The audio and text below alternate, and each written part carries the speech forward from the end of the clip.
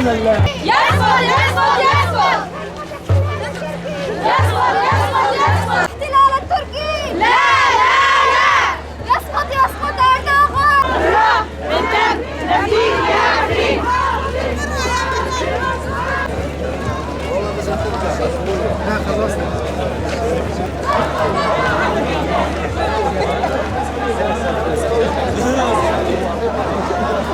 بالدم نفديك يا شهيد لا للاحتلال التركي لا لا لا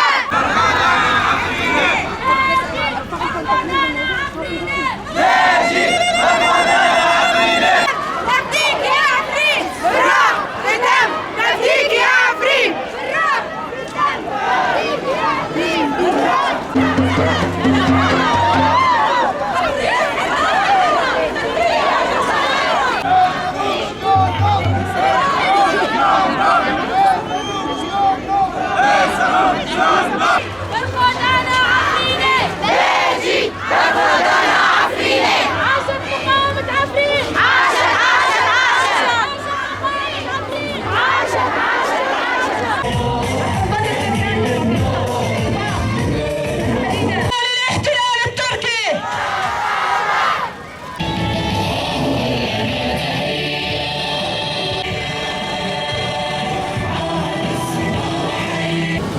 نقف وقفتنا هذه استنكارا لما قامت به الدولة التركية ومرتزقتها قبل 5 أعوام في بدء الهجوم على عفرين. عفرين المدينة التي احتضنت آلاف السوريين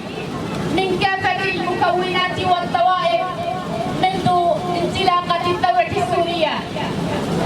إلى أن الدولة التركية ومن خلال صفقاتها مع القوى الرأسمالية والقوموية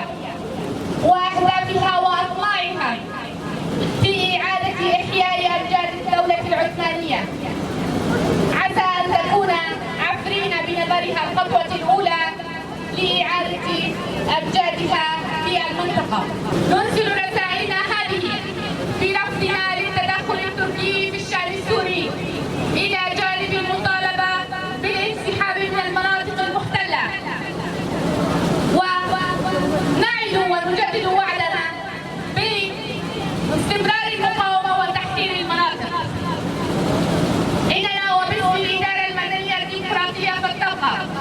ندين ما تقوم بها الدولة التركية والدول المتآمرة على الشعب السوري بكافة مكوناته، كما إننا نجدد وعدنا